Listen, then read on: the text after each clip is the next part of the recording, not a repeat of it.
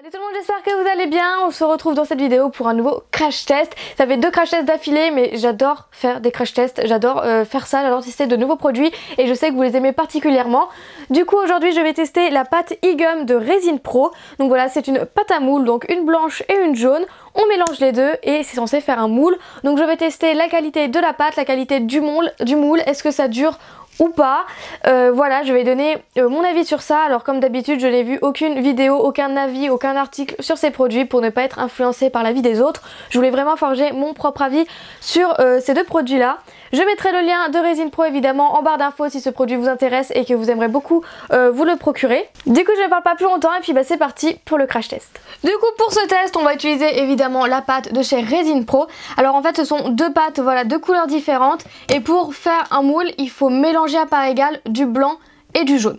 Donc pour tester on va réaliser 3 moules différents. Alors déjà on va tester un moule base de cupcake, donc c'était une création que j'avais fait pour Pâques. Ensuite on va essayer de mouler une framboise parce qu'il y a plein de petits creux et je veux voir les détails que ça peut prendre. Et ensuite je vais mouler cette création pour voir aussi si ça prend bien tous les traits. Alors je pense qu'on va faire moule par moule, voilà, on va pas faire tous les 3 d'un coup parce que j'ai peur que ça sèche trop. Alors déjà l'aspect, c'est pâteux, un petit peu gluant, mais léger, hein, pas trop. Le blanc accroche plus que le jaune. Niveau odeur, ça n'a pas d'odeur particulière. Voilà, c'est bien de travailler avec un produit qui sent pas énormément. Voilà, je préfère largement travailler avec des produits comme ça plutôt qu'avec des produits qui sentent très très fort. Donc on va commencer. Donc je vais faire un moule assez grand pour la base de cupcake. Et je vais essayer de prendre la même quantité en jaune. Alors la texture n'est pas du tout désagréable. Voilà, ça colle pas énormément. Ça colle un petit peu, voilà, mais pas trop. Ah là, il y a plus de jaune, donc on va enlever un petit peu de jaune. Donc là, voilà, on a les deux pâtes bien à quantité à peu près égale. Et maintenant, on va bien les mélanger jusqu'à temps qu'on obtienne une couleur vraiment bien homogène.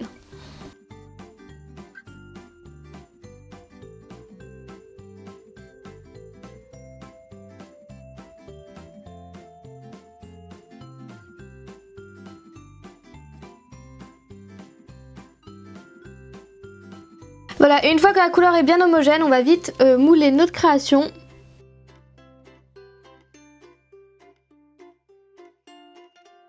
Donc je fais assez gros pour ce moule là, c'est fait exprès parce qu'à chaque fois que je démoule mes moules cupcake en silicone, en fait c'est tellement fin que ils finissent par se fissurer. Donc c'est pour ça que là je le fais assez épais. Donc voilà comment réaliser un moule et maintenant il n'y a plus qu'à attendre que ça sèche. Et pendant ce temps là, on va faire exactement la même chose pour les deux autres créations.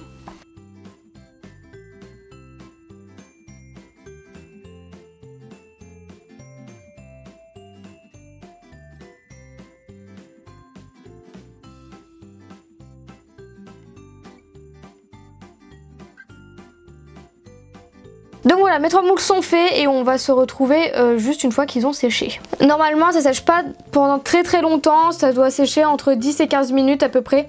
Donc voilà, je vais revenir d'ici un quart d'heure pour la suite de la vidéo. Donc voilà, ça fait pas mal de temps que je les ai laissés sécher et on va les démouler. Donc je vais prendre ma lame parce que j'ai peur de les abîmer. Alors déjà le plus gros.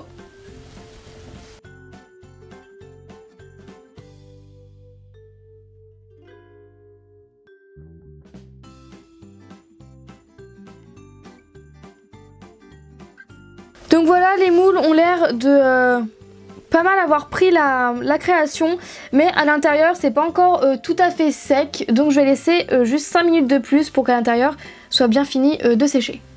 Donc voilà, l'intérieur est sec et du coup on va tester. Donc je vais utiliser de la pâte écrue pour les 3, voilà, bon, une framboise écrue c'est pas grave, de toute façon c'est juste pour tester le moule.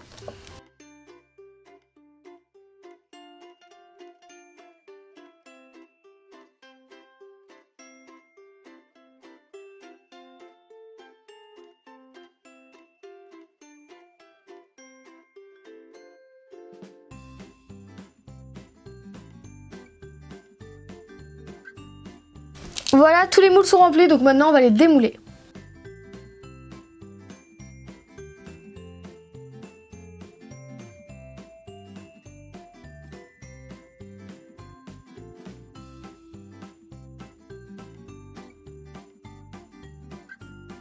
Et écoutez, en voyant le résultat c'est quand même plutôt pas mal.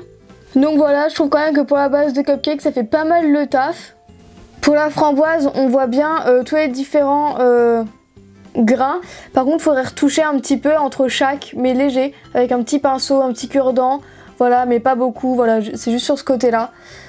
Mais sinon, ça prend plutôt bien les détails. Et le dernier aussi, jusque le dernier, j'ai mis un petit peu trop de pâte, donc voilà, c'est un petit peu débordé, mais c'est parce qu'il y a eu trop de pâte dans le moule, ça c'est de ma faute, mais sinon ça a bien pris tous les traits.